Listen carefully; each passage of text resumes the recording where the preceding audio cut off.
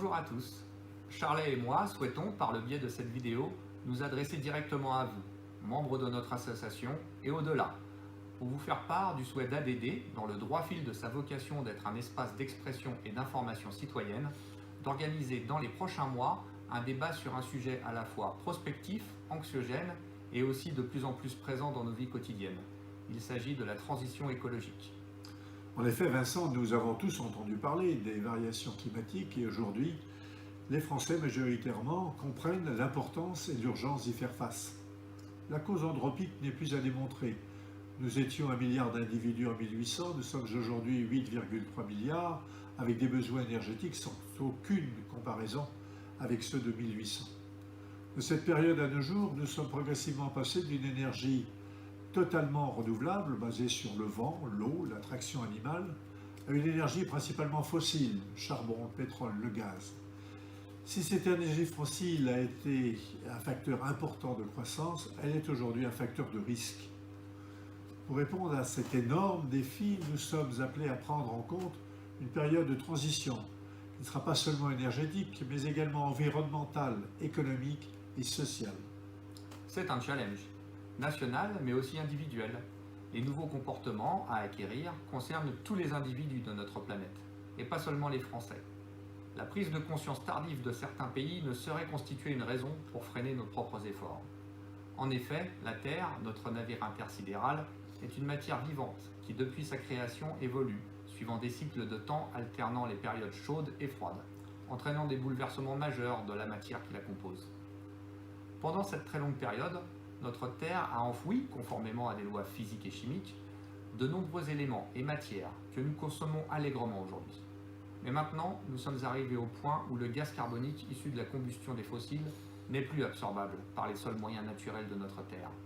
Et les gaz à effet de serre nous menacent d'un réchauffement irréversible à l'horizon d'une vie humaine. Ce sont donc nos enfants et petits-enfants qui sont directement menacés si nous n'agissons pas rapidement. Le changement de nos habitudes ne semble plus une option, mais une obligation. Mais comment, quand et jusqu'où faut-il aller ?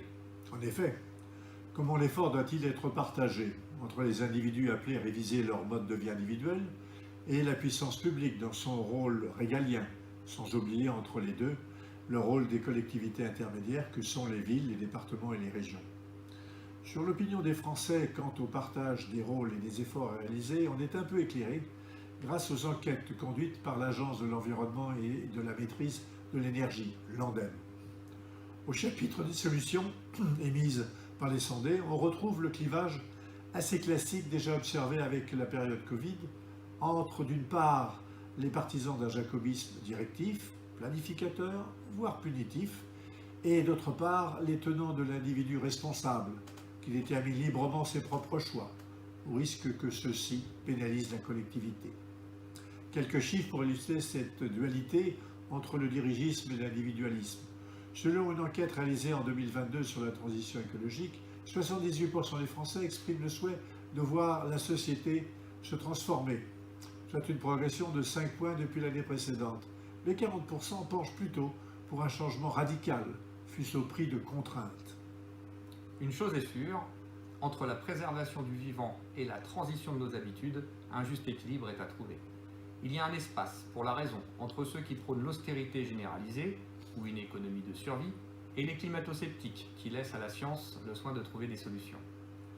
Pour mesurer les enjeux, connaître les plans de transition à moyen et long terme de la France et aussi au plan local, ADD se propose d'organiser le débat et l'information publique avec la participation de compétences reconnues dans ces domaines. C'est le 20 juin que se tiendra salle Patenôtre à Rambouillet une réunion publique et nous reviendrons vers vous lorsque les modalités pratiques d'organisation auront été arrêtées.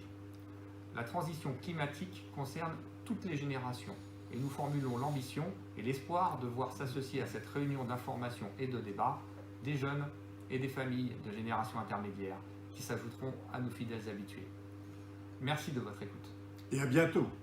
Et dans l'attente de nous retrouver, portez-vous bien.